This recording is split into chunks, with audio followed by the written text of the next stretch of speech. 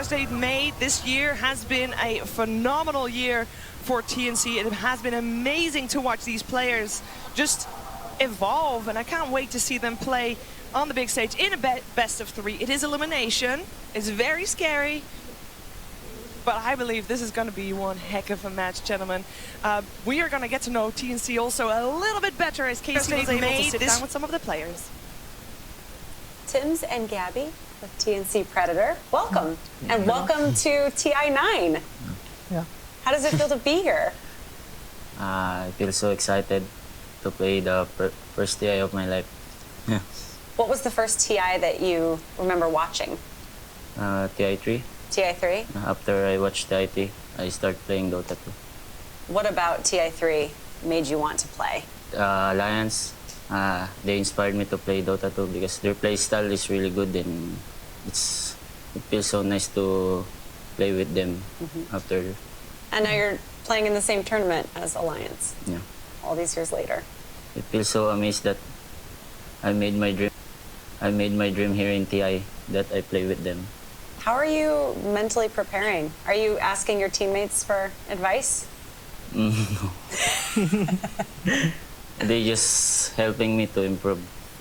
We're just saying to him that there's gonna be a lot of pressure on TI because in this tournament, like, it's always changing the meta, so you need to quick adapt. So we're just telling him, just don't pressure yourself, just be patient and calm, like playing in boot camp. How would you rate your season this past year? I think this one is like 8 out of 10. 8 out of 10? Yeah? It's better than last season. What do you think makes this season better than last season? Because we got him this season. Yeah, he helped us a lot to improve. Yeah. I do want to ask you a little bit more about Heen because he came on as your coach in April. How has his leadership impacted the team? His leadership is really fit us because he's like also Asian guy, so he's like a really calm guy. Then he's from like TI winning coach. Then he has a lot of experience. He teaches a lot. Then he helped us to improve, not just as a player, but as a person as well, inside and outside the game. Heen said something really interesting back in 2015. It was an interview with Gosu Gamers, and at that time he had not yet experienced coaching a team to win a TI. But he said that even the top teams are not unbeatable. Do you agree with that? No, that's true. That's true. How do you think that plays into the meta of Dota and how, because we keep hearing that time and time again, that you could come in one day being the best team in all of Dota and it still doesn't make you unbeatable? Yeah, it's true that what he said, because in this tournament, the meta and it keeps changing, and you need to adapt what do you think is good in your team. As you look ahead to TI9, are there any teams that you are looking forward to facing or proving yourself against? Actually, all of the teams are really good, but I want to beat Team Liquid on the stage. For me, I want to play against Chinese team because we want to prove ourselves that we can win against them. Well, switching gears to where we are now with TI9, how do you think that you are as a team approaching the tournament this year versus the team approaching TI8 last year? I think we're pretty ready right now because last year we have some problems in the boot camp, so we only have little time to practice. But this time I think we had like 3 or 4 weeks of practicing, so we have a really good idea coming to this tournament. Well, I wish you the best of luck. Thank you. Thank you so much. Is that? That's it. Okay. Yeah. Thank you. The torture is over. He said it. He just wants to have a chance to beat Team Liquid on the main stage. It's like we planned it that way. And who better to also talk about Team Liquid and TNC here? Blitz, welcome to the panel. Thank you for relieving us of Directions Like's presence. What's up? I'm so excited for this series, by the way, because I worked with Heen for a full year. It was during ESL Manila. I couldn't really commit to coaching, and so Crow was like, let's bring in another person. Who do you know? And I knew that Heen was, okay, so here's the real truth. Okay, Heen, here we go. Heen, I'll tell this is a true story. Heen said, I want to cast. and I was like, he's way too good. He's really well spoken. He's like a better version of me. So I was like, I've got a better job for you. I'm not even kidding. I was like, how about you come coach? And because we were really close in Korea, like he always encouraged effort. Like even though we like beat their ass all the time, like he was always like, hey, it's all good. Like even though the Korean community hates you, like, you know, we love you. So I was like, oh, it works out. Thank God he's doing well. Otherwise, he would just steal our job. Yes, it's very. Dude, I was looking out for thanks, you. bro. I looked at, I was like, Lacoste is good. Like, I was looking. I mean, let's you. be honest here. Yeah, I'm gonna have to agree with that statement for sure. I mean, he's got great videos. The guy's very smart. He gives a little bit to the community, not just to his team. But it's very obvious that he's got the Dota brain in there. Yes. Yeah, he really does. And I'm very curious. He's facing Liquid. How much of an advantage, if any, does that give him when coaching TNC to face Liquid? Like, is that something that will give him an advantage? And I know this was a while ago, so, you know, it's been a year. Does it give you anything extra? I actually think Liquid's like the same team, like, relatively speaking. I'm sure that there are some other people that would think differently, especially a lot of people that are a fan of a certain player whose name starts with an M that is not Miracle or Mind Control. And that's really specific. Atumba man. Oh yeah, okay. I think I know that guy. Wait, what? Here. Well, I don't understand what she was trying to go for. I'm just having a random thought. What if he never left Liquid and he's their double agent? So he picks a tri-lane, Clinks, Bounty, Ricky for them right now. I thought we got Slacks off the panel. Oh. Actually. Sorry. Yeah. I had a goal here. Lacoste. Serious stuff. Serious stuff. Super serious. What do you want to talk about that's super wait, serious? is this a fun panel? Never mind. Never mind. You're good. I forgot. We have that draft panel for that. It's a story panel, you know. And these teams have had a lot of stories, and I want to focus a little bit more on TNC because they have had some rocky results. They've had some good results in the past as well, but this time it feels like they're coming in different. They're coming in great. They come into the upper bracket trend, and they're looking really good. Yesterday, their series events against Vici, that was a close one. Yeah, and I mean, this is a team that's been a constant disappointment in terms of like they're a team that get you hyped up. 100%, because you watch see Dota, like I cast see Dota for like 2 years, constantly. At TNC, I love these guys, right? I followed them through all kinds of open qualifiers when they were on all their different teams. These guys have been on TNC, off TNC, back to TNC, a couple different teams, and I always get so excited to watch them, and I'm like, oh, here we go. Another great tournament for my boys, and then they bomb it. And then, of course, they actually get through on the DVC, which I wasn't expecting, right near the end of the year. And then we get the upper bracket. Yeah, you have a good point. I never know whether to rate them highly or not.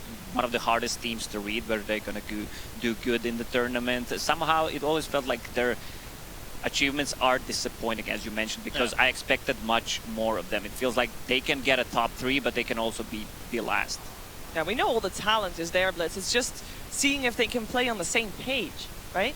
Oh yeah, for sure. And I think that's where you brought up Heen early on. I think that's where he probably contributes the most, and why we've seen them look dangerous. I mean, they had an upper bracket slot. They were very close to beating that Vici Gaming squad, and I think that's where that discipline and that outer influence helps a lot. You have a coach who has a lot of experience. This guy's literally won a TI. I think he brings that sort of veteran leadership to their team too, and that's what having a coach is there for. You fill in the gaps that your team necessarily can't do without you. But I do agree with everyone's assertion, because I think Gods had he had a really good way of phrasing it. He said, this is the most underrated and overrated team. Yes. I really like that assertion.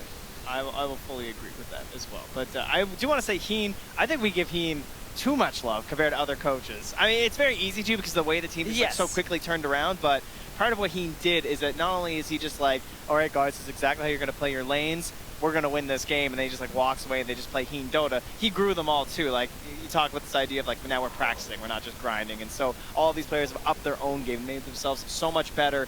And now maybe they don't need Heen quite as much now as they did before. He's still there, but they're taking it upon themselves now to get these victories too.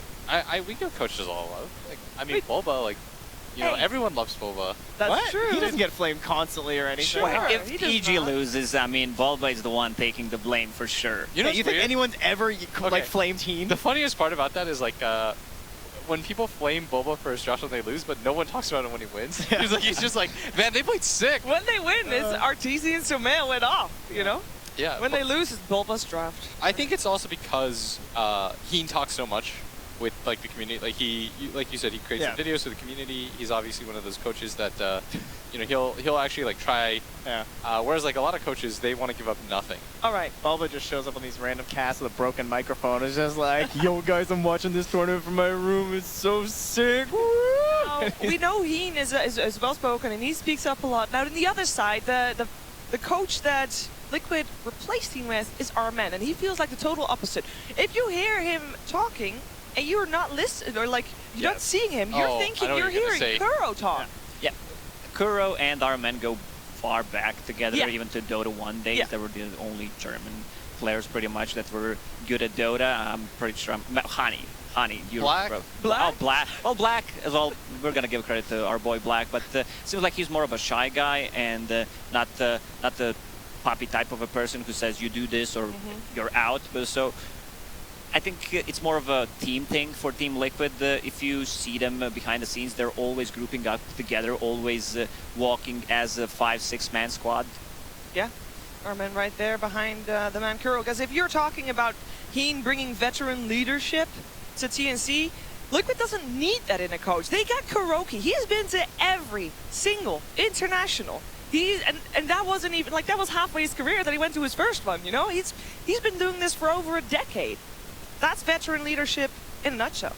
Although he didn't start leading until fairly late in his career, right? I mean, because he was a core player for, like, most of Dota 1. Yeah.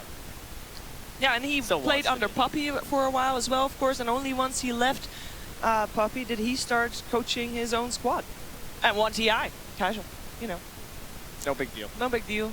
Says, okay, I guess I'll be the captain now, you know, if I got to.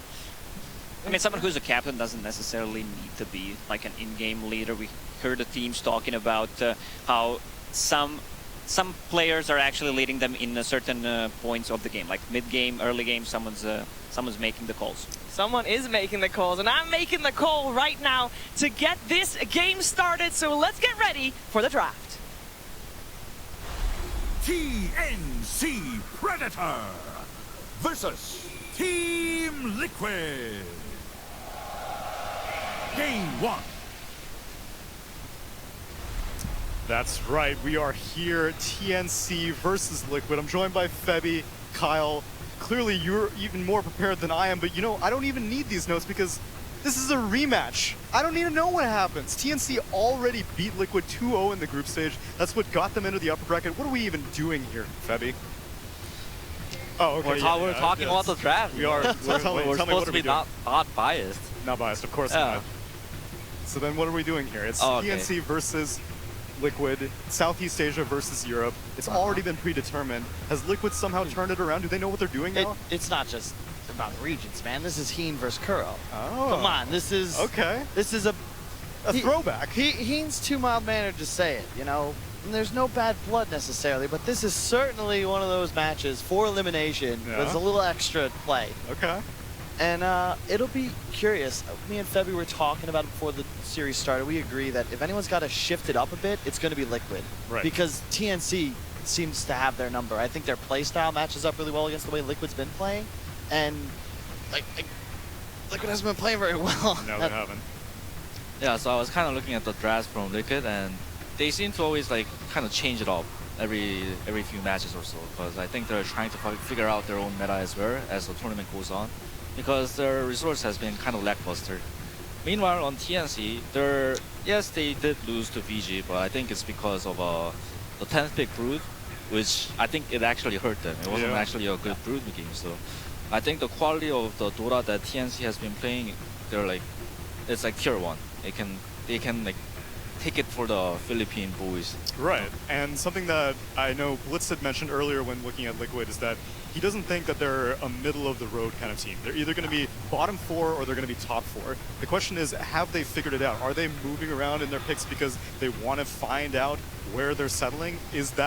Was their first BO1 where they actually defined it? Well, can we get into the bans? Yeah, please. Because you were talking about this, right, Febby? You expected the Beastmaster ET would be eliminated from TNC. Because I think ET specifically, like, Fog's been jumping up for joy because it's finally been realized by the scene that this hero is nuts. You'd think that, you know, with damage amp being such an incredibly important mechanic, people would realize, like, hey, this hero removes all of my armor and my magic armor from range. This can't be fair. It really isn't. So that's taken out right away. Liquid. So the pick order is kind of different. Liquid opened up Chen, and last time TNC kind of baited the Chen open, and they were able to take the Chen away from Liquid, but Liquid this time around, they just first pick the Chen for themselves. And yeah, meanwhile, SD is still open, and it's one of the hottest heroes of the tournament, SD and ET.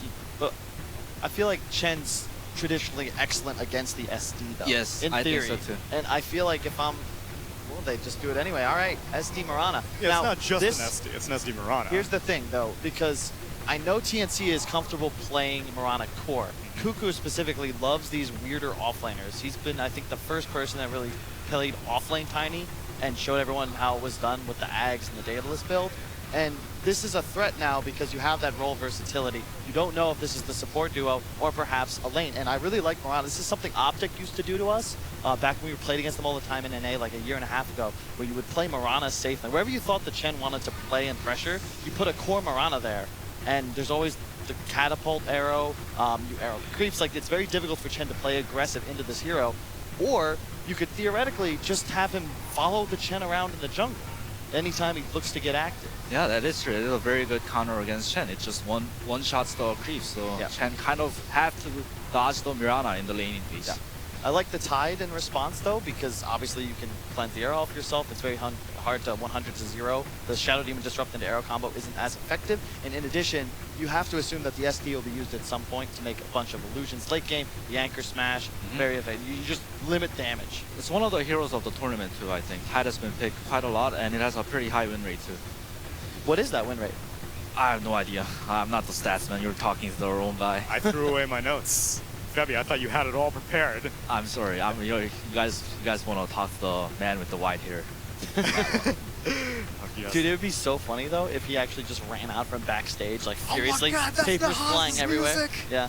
So can I guess what TNC is gonna pick here, or how I think TNC is gonna pick Sanking here. The reason is TNC always prioritizes. They got a ban first. Get ahead of yourself. This is that magical part of the draft where you don't have to do anything. Okay. You just hang out. No. Sand King, justify it for me. I want to hear this. So what I was going to talk about is TNC always picks these like team fight heroes. They have like two styles of playing. They either pick team fight with Earthshaker, Sand King, or they pick Bat Rider and play around with the vision. And right now, Mirana is most likely going to be played by Tims. Yes, position 3 Mirana is possible, but I think like support Mirana kind of makes more sense because they picked it for the Chen. I think this Mirana is going to try to follow the Chen around. So it's the TNC style, right? Yeah. Especially when you consider Liquid's comfort. It feels like Kuro certainly acts as like the brain controlling the body of his teammates. And if you slow down his game, like you can't really impact the map like you want. He traditionally likes to get like level 3, level 4, gets 2 creeps, starts summoning in allies. You can do a lot of cool plays with Tide and Chen because you have now that superior teamfight advantage, but you don't lack in mobility as you usually would with this, fat watermelon that you've got to kind of drag around to fight. Now you just TP him in and all of a sudden you can dive with authority because you're just not going to be able to challenge a Tide level 7, level 8 with Ravage active. And I think that's going perfectly against what TNC like to do. TNC is something that originally the Raven era TNC is something that I thought was the quintessential for Protect 1. You just gotta enable Raven, and all of a sudden TNC will find a victory somehow. But this era of TNC, it's like they get 4 cores at the end of every single game. So if you just rush them early with something like a Chen Tide Hunter, they may not even get the chance. Kunkka's great here as well. It's one of those hard counters to Chen because you not only offer excellent wave clear, but early game, when Chen looks to get aggressive around objectives, you have some of the best team fight in Dota with the boat early.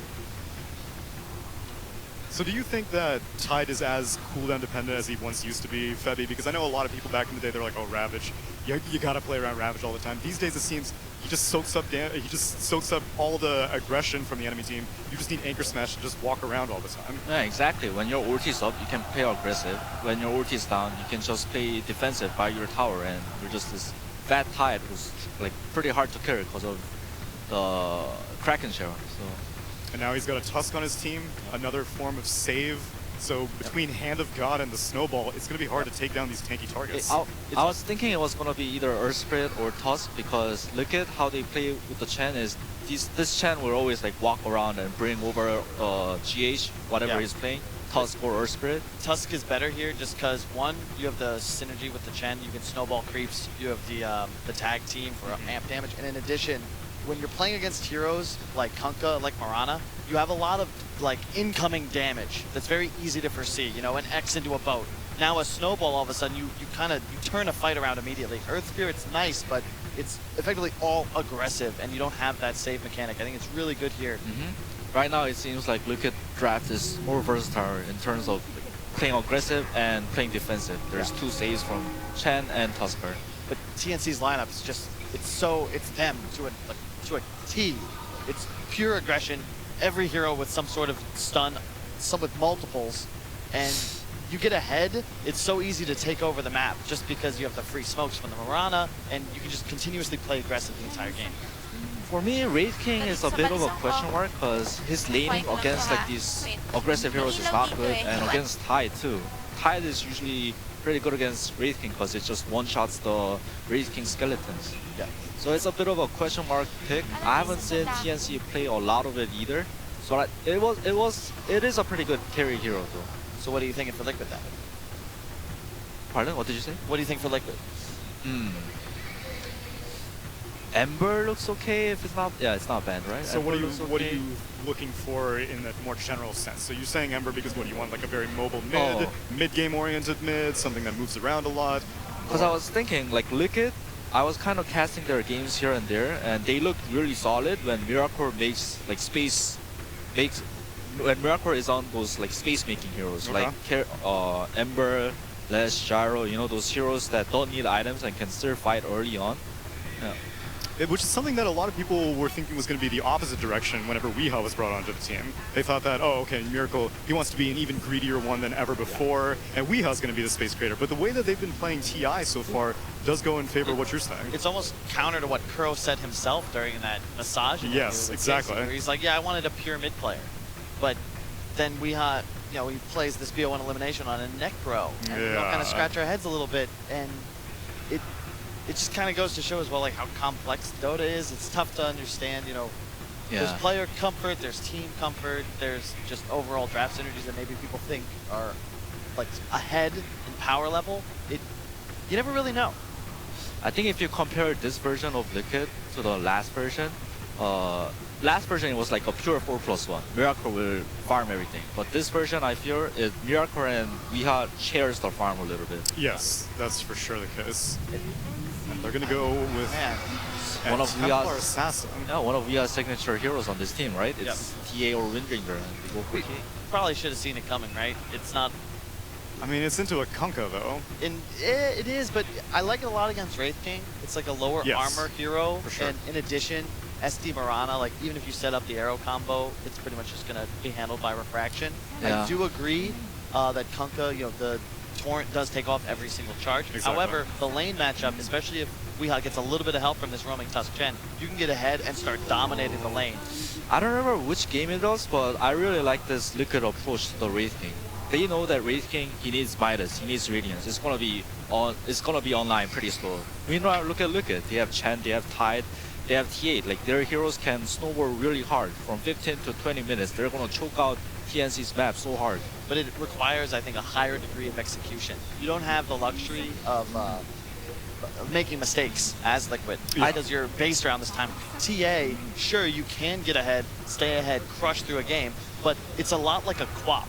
You die a couple times, you end up even in net worth against a hero like Wraith King or Kunkka, and you just don't have nearly the same amount of game impact. So then one thing that I immediately think of every single time I see a Templar Assassin, and I want both of your thoughts. First, Febby, why do you ever prefer a Blink Dagger first versus a Desolator first on a TA? What context do you go for which item? I think it depends on how good your game is, and it depends on your cores too. Because if your cores are backline killers, then you don't have to be the one that's blinking in. You can just go Desolator, BKB without blink and just play in the front line and take all the towers down, take all the Roches down. And I don't know. I think it depends on the game. So then, Kyle, do you think Weehaw is a more greedy Templar Assassin? You think he's going to be stacking those Ancients, just rushing that Desolator, and he's going to be like, yo, give me the early Roche, even though they are dire, which does slightly complicate things, and they're actually going to wrap it up with the Troll Warlord. It's one of the vintage Miracle picks. I'm not quite sure. It really depends on how his game starts. I think Deso, it depends on how aggressive they want to play. I think more importantly, how many towers they've taken out. Because you can kill a couple towers early. I actually think Blink almost works as a tool to accelerate faster. You got a Chet on your team. Now you can play enemy jungle, you can abuse traps, like you have a lot more freedom to play the map. Deso first is usually for more of that static game, where once you pick it up, then you start to look for objectives. Because of the Chen, you could perhaps see that coming. You never know, because Kuro could also play, if he has this Mirana following him around the map and he has a slower start, maybe he has to play his own woods more, maybe he's stacking Ancients. Oh, and God, that is such Bat a Rider. Templar Assassin, what the hell are you gonna do now? Troll too, man. This is one of those dream picks. You pop your ultimate on Troll and then just get lassoed, dragged up to a high ground or something. There's not really much you can do. Yeah, it's a dream Bat Rider game, and I think Cuckoo's, that's like top 3 heroes for Cuckoo. Sand King, Bat Rider, and +1 that I can't really seem to remember. It just feels like it's TNC's comfort, right? If Liquid make a mistake or two, they're just gonna get run over, and you're gonna get to this point where all of TNC's heroes are just too tanky for these more burst carry type styles of the Liquid lineup. The combo potential is extremely high from this TNC draft, but I've got a combo that's even better. Let me pass it on over to Odie Pixel and Fogged. Thank you very much, Tsunami. TNC versus Liquid. What a brilliant way to end day 2 here at the TI9 at main stage. Both of these teams, I mean, what can we expect? TNC, they've come in with a lot of big surprises in sort of the group stage in terms of how they've been able to just break down teams in some phenomenally long games, some 60, 70-minute matches.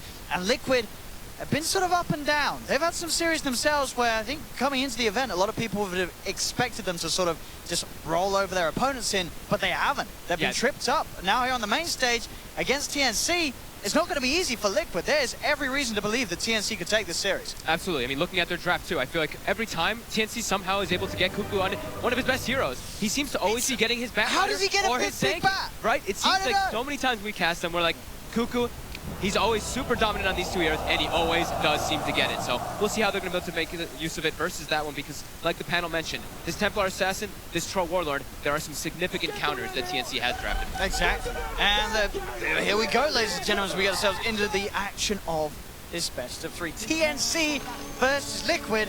The loser is going on, so they better play their best if they want to have a chance of sticking around here at the International. And ooh, this is an interesting, so we're going to see some tri-lane action, it looks like, by Liquid, as they're bringing the Chen in the bottom lane, starting with a Headdress. A Headdress level, look at that. Headdress level 1 to get that bonus HP regen. Changing the meta. So let's see, look at all the heroes of Liquid when they are going to be in this tri-lane. 7.1 health regen per second in an aggro tri-lane. Have to imagine they'll get a Bassi on someone very early too. So this can be a pretty strong one. They really want to ensure that Miracle just is able to farm either versus a Bat Rider or just pull him away from the Bat. So that's probably what they're going to be doing. Even with that Divine Favor, they can you know, dodge lanes, as we've seen teams do quite a lot.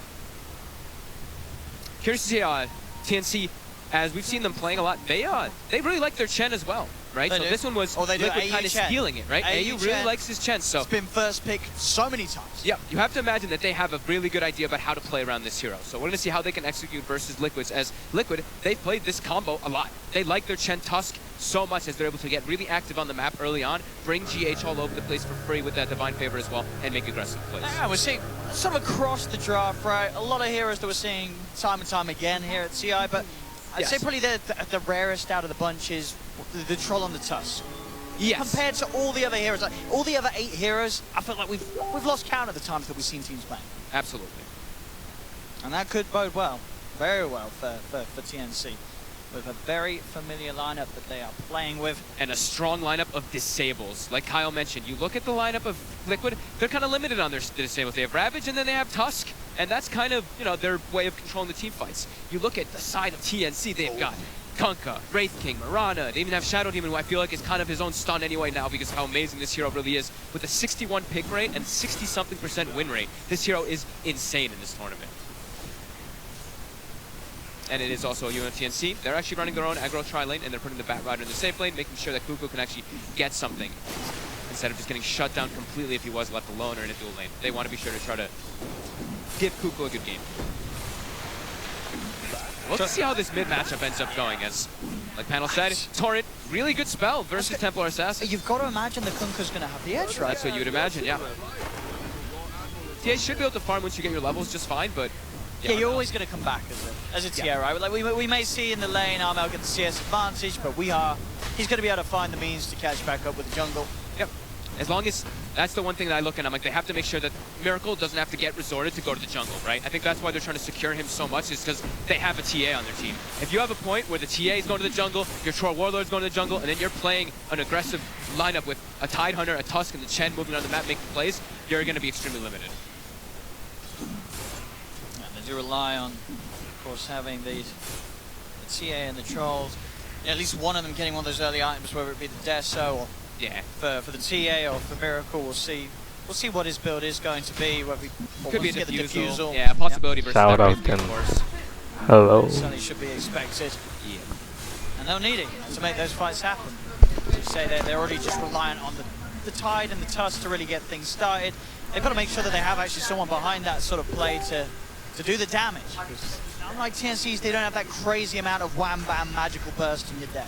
They might have to swap the lanes here. I think KuroKy might want to Divine Favor the Troll Warlord up top pretty soon, as the lanes are starting to get switched up, and now it's where you're putting a Troll versus the Batrider. Sure, Miracle, he's still free farming really well right now, but we know how this matchup can go. You just get a couple stacks on yourself, and you just get chased by that Batrider, and you do not like playing versus that as a Troll. And now GH trying to do his best to punch him away. They got the side pull off though. Tims is able to get that one there as the Mirana here. Getting good control of that bottom lane. Cuckoo wants to try and hope to have a bit of a look into the CSs at the moment. He is struggling to find many of the old creeps. The same is to be said for Mind Control. It's a slow start in creep score at least, but they are both getting good experience. Both of them were pressured really hard. The Courier, Tims, they brought the Courier bottom. He's still walking. He just bleeds forward and kills it. Oh, if only they'd waited a few more seconds. It was just about to be upgraded mid lane. Around. Almost. Nice, the side blades there. He's able to X-Mark Weehart to make sure he cannot dive. Does it? Yeah, the Courier down. That's that's someone's Wraith Band hitting the deck. That's Weeha's regen. Also, he has one Tango. He still has a couple mangoes, of course, for that too, but could be a little bit troublesome here. Is he able to bring anything else? Shout out dyan kay Arnold Trabano. Keep the CS pretty even between him and Armel. Let's see the matchup. Welcome, load lang kayo dyan. Gunker and CA 90 for 4, 90 for 3. Very even between these two mid laners. Which is both heroes very good at getting the dragon hits, whether it be the hard base damage of the Gunker or the refraction of the CA. We are catching back up. Ha? Ano? 52 ata eh. So they are starting to recover both of those heroes that were aggro tri-laned at first, now able to start getting some of these. Micro's even getting aggressive onto Gabby here with that Mud Golem from Kuro. And like Panel mentioned, you know, the Tidehunter laning versus the Wraith King, pretty good. You're always going to be able to go for those anchor smashes onto the Skeletons, and that's what we were talking about. This bottom lane, you said they needed to get out of there. They didn't. I feel like they should have stuck around. And, I mean, you foresaw this. You said this bottom lane, once the level's there on bat, he's just going to run them over. Yeah, and he does. He comes back down bottom too. I mean, they have the Divine Favor from KuroKy, like I was mentioning, to bring him up there, but yeah, they're just choosing to actually keep this matchup. It's going to be really crippling for Miracle though. You have to expect that's going to happen. Every single time there's a rotation from Tims, they can easily set up onto this Troll Warlord. But they're keeping it this way. They want it, that's how they want to lane it. They want to keep the Tide versus that Wraith King. Ay, sa ano, mute ka na. That lane in itself is still a bit of a scary one for Mind Control as well on top. Yeah. Has to be careful getting down low, just down to the Mango, and obviously a stick, but sitting very low on the HP. In fact, there's the TP. He's going to head over to the Shrine. Looks like they're actually going to bring the Chen bottom instead of moving the Troll Warlord, so it's still just trying to secure that Miracle's down here instead. So the arrow on the creep, Cuckoo, he's got Firefly, gonna get slowed up here. Should be, I'll say that the Mud Golem stuns coming in, causing some issues. He'll pump the stick charge, snowball across from GH. He's trying to kill, but he's burning. The Firefly's killing him, bringing him low. Tim's jumps in, he'll be able to finish it off. Cuckoo's fine. And TNC getting a third kill down on the bottom lane. It's 5 minutes in there at a 2k lead.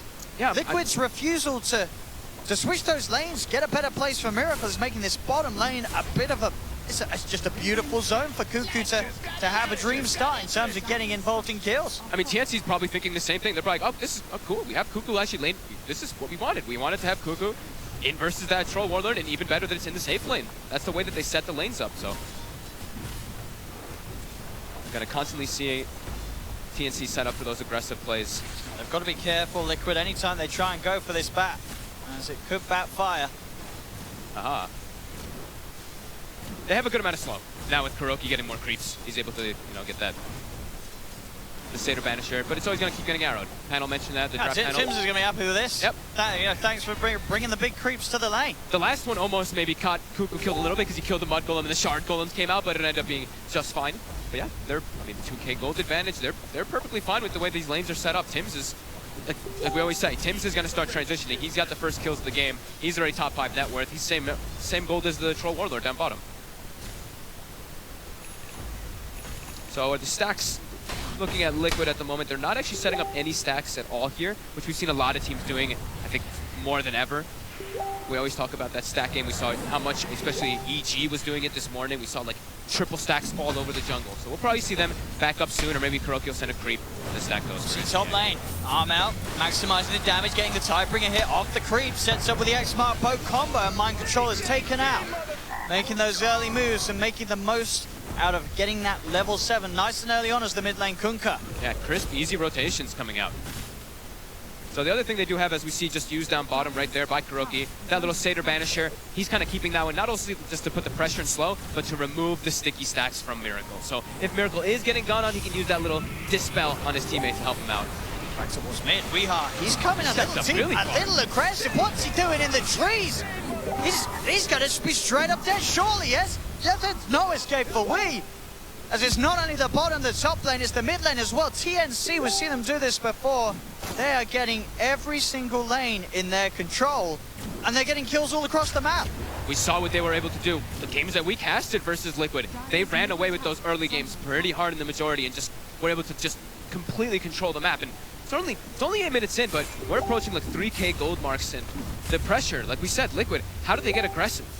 The Templar Assassin and the Troll Warlord, I mean, they're still doing okay, but who's going to make the move around the map? Wow, and which hero do you get aggressive on? Mid lane, another combo's laid out, and it's another kill for TNC, just finding any opportunity to outnumber and make the pounce happen. Because looking like free moves for them. They're just making it pretty simple with their rotations. And I don't know how Liquid can make a move at this moment, because not only, as you say, it's hard with their heroes, it's also hard to do it on the heroes of TNC. They've got a mid lane Kunkka. He's very tanky. If he gets the poke down, now they're trying, but a good disruption. Saves him for the initial combo. Tims is coming in with the wraparound armor. He's trying to run himself away, looking to get to the high ground. He's still alive. They're putting him out. He's getting back to the tower, but they will kill him off. They'll get the kill, but now the turnaround comes into play. Tims turns, finds GH. We are trying to dive for more. One more hit on Tims will do it. Has the cell, taking him back up. Kuro's looking to dive. Tims underneath the tower will be closed upon. We are. Nice. Gets the Mel strike in, and finally Liquid are able to get some kills in their favor. That's massive for them. Just able to set up, you having all these traps set up, Weehaw with that aggression,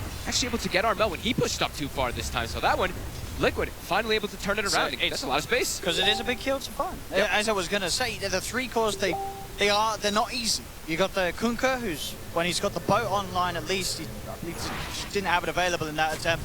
He's going to have that rum on him.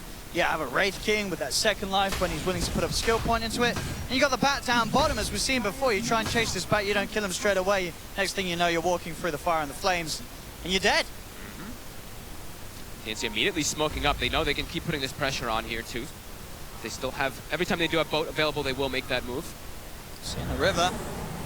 TNC heavily outnumbering Liquid here. Miracle and GH have to be careful. They're able to get, yeah, they're able to back up there. Kuroki also getting some deep vision during all these last few moments. GH tried to come across a little closer to the rune. Arrow is going to be whiffed, but GH is going to end up rolling himself in pretty deep. TNC's still a little careful about how they go on him. They don't want to try and force too much on a support kill. They're losing their mid tower because of it. That rotation, they left to go bottom to gank, and Weehaw's like, oh, thank you. He comes in and takes 1,700 damage to that mid tower. Very important for Liquid, that map control that they can't get if they are able to actually get that mid tower. So much vision and opportunities they can get from just putting even down TA traps deeper. So they get the charge. Cuckoo. He's got the Fireflies who will try and get himself over the charge, but with the Troll Summon, they've got the control. Cuckoo trying to escape, and they have the damage. It's Miracle. Those Axis will find the kill. Liquid now to start to even that net worth difference. Back off. GH, even though he's 1-4-1, he's making the moves around the map with the team to at least bring them back with that. That tag team bonus really coming into play there versus Cuckoo. Can't actually get away from them as he's constantly getting hit and slowed and hit and slowed. And that allows Miracle to be a little more enabled too. That tag team bonus giving him that extra damage. As tanking the arrow there, keeping that catapult alive. Nicely done by GH as well. They'll look to try and outnumber Mind Control top. They know that the pressure's on bottom from Liquid. Mind Control, he's left. Very, very open for that play to happen, and they'll try and get a bit of a push on themselves. But Liquid, as it is, should be able to finish this tier 1 tower. No interest in TNC coming down here and trying to deal with the Chen Troll push for now. Tower will go Liquid's way. Fusel play starts to get built into by Miracle. That cuts the gold lead, the experience lead, completely back to 0 after that early game. Small rotations coming into play, but they're able to also get a lot off the map from Weehaw. As he backs up, takes the mid tower, goes to the jungle, completely recovers. It's the TA who was having a little bit of a disadvantage matchup in that Kunkka, and now almost level 12, and the Desolator's about to come online. Look at these heroes. Quick. TNC's heroes, they can be pretty squishy versus that early Desolator. They can indeed. Even Wraith King, not that high of an armor hero. He only has the 4 on base and then your 6 extra with that phase boots. But still, that's a lot that's going to be coming out from Weehaw, as he pretty much has it done. Yeah, they'll have a good shot at being able to kill that Wraith King twice when they go on the hunt for Gabby. It's Gabby. Midas and 1400 gold as he works towards the Radiance. Just a bit of a timer to see what point of the game he'll be able to get that online and how it's going to correspond with some of these core items on Miracle and Weehaw. Armel's really acting as the ganker here, walking through the Sentry Ward here. Can he get the X? He will get it on Miracle, and the Bat Rider boots of travel on the creep wave. There's the setup. Soren Poe will start to lay down some of the poison. With the Demonic Purge, Miracle can do very little to get himself out of this. Won't even bother wasting the one charge. Knows that he's dead. TNC finds him out. A little too far on that bottom lane and a little alone. But it is on their side of the map, so that's the one thing for Liquid is, you know, they killed him there, but can they transition into anything there as they have to bring 4 heroes? And look at Liquid. They're quickly running to the pit with that Deso finished up with the tag team. Are TNC going to expect this? We have the smoke up arm LAU. They're heading over. They seem to know. Illusion's going to be sent out first to start to scout any possible maneuvers, but they're still under the cover of the smoke. Oh, it's not a ridiculously fast Roche. It's a good time with the Deso. They're starting to figure it out now. Can they get in the pit? The shards have blocked them off from getting in. Armel, it's a big torrent. They're going to try and interrupt this. Liquid, they'll get it, but they get the kill. TNC will get the kill on Roche. Liquid are able to continue to secure the Aegis. Mind Control will die for this one. So TNC find a little bit of action, taking the kill away. And finally, after a bit of time, finishing off Mind Control, but the Aegis is still secured by Weehaw. Who ended up getting the last hit there? It was the poison, but who actually was it? The poison? I couldn't tell. I imagine so. He got a few stacks on it. It's nothing crazy, but yeah, a couple things. Yeah, it looked like it was the poison.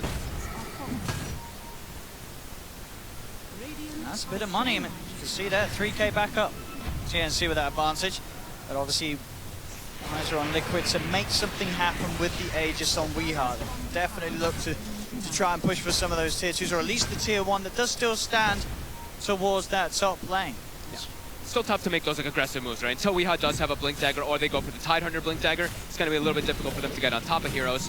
We still see them, they are constantly smoking though. They're using their vision. They're trying to keep these aggressive moves and keep Liquid able to play on the opposing side of the map, because he's trying to make sure that he maximizes the farm for the team. We were worried that maybe they both resort to jungle, but if this is the way they're going to do it, this is a good way to keep the pressure up while farming.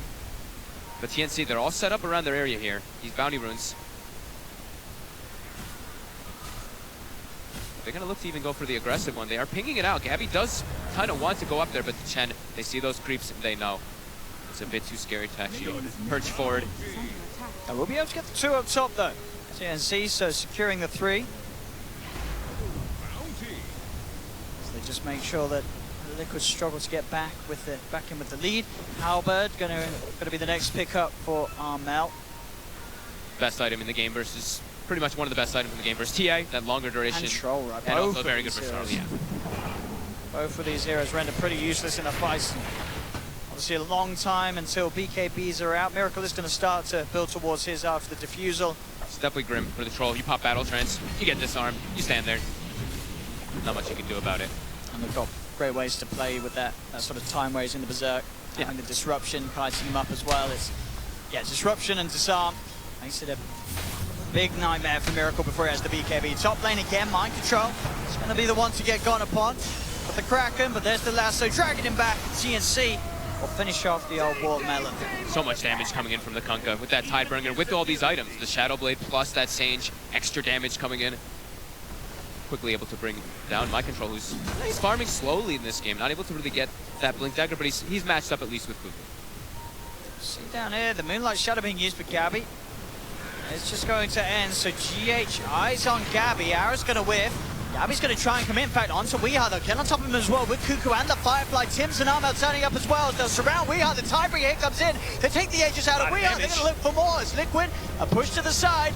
Here's the second life of Weeha. Aegis, as he'll be able to blink away. Now looks to go back in, looking to get on top of Gabby. Gabby now on the retreat. They've lost Cuckoo on TNC. Can Liquid find anything more out of this? GH has got eyes on Tims. The trap's being used by Weeha to help continue the chase, but they don't want to run into the dark. They have no vision on the high ground, so they won't go any further, Liquid, as it's simply an Aegis traded for the life of Cuckoo. Cuckoo's probably right with that. It's TNC. Cuckoo's like, I'm kind of the sacrifice. I'm not the real 3 position. Tims will eventually become that 3.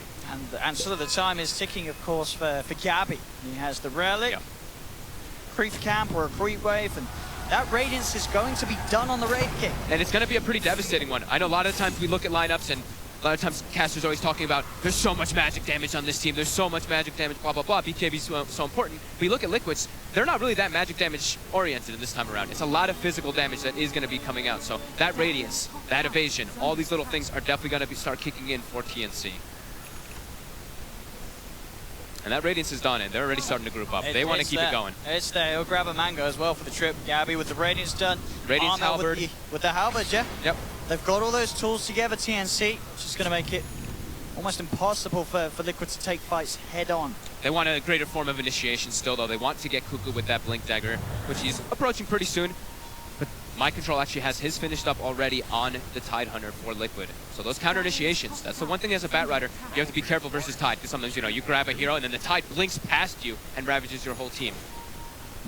So TNC, they're going to have to be sure to jump. When they do these kind of jumps, they have to make sure they do it with proper vision to make sure that they can see those backlines to get the appropriate hero caught. And sentries, most of all. Lots of sentries in the lane to make sure you're not standing under TA traps so that Liquid does not know exactly where you're all set up.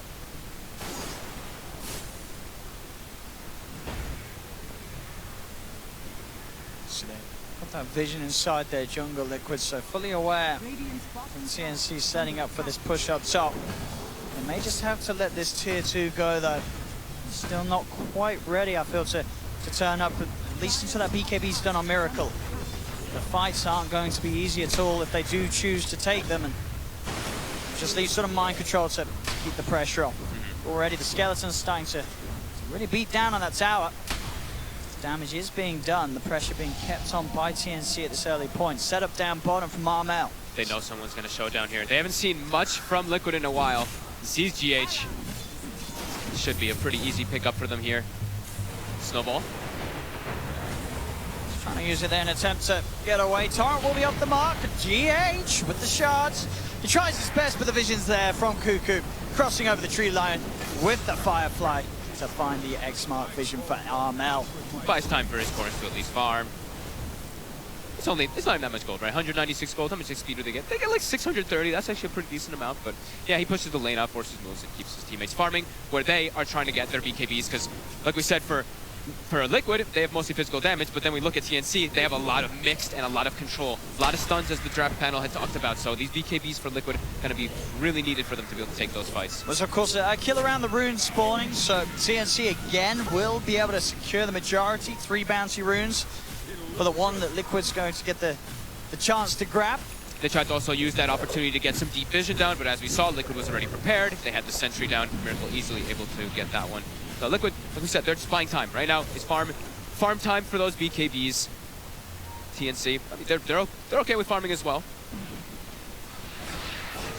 Oh, they certainly are. Yep. With this Kunkka Ray King. Midas and a Radiance, right? And Tims, as you mentioned, the 4th core in the making. But TNC, if the game does go on, they do not mind this passive state of the game.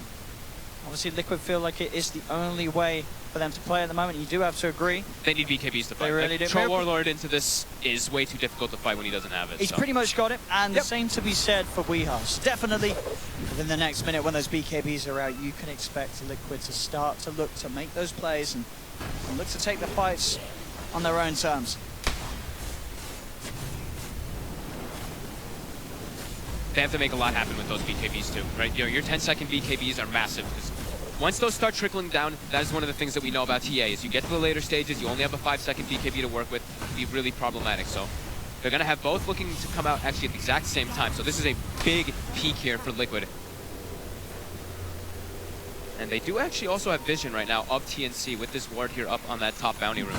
So a lot of information going for them on the map. Mid lane is still kind of pushing in, so they have to address that before they can make too big of a smoke. So one person will take that one out.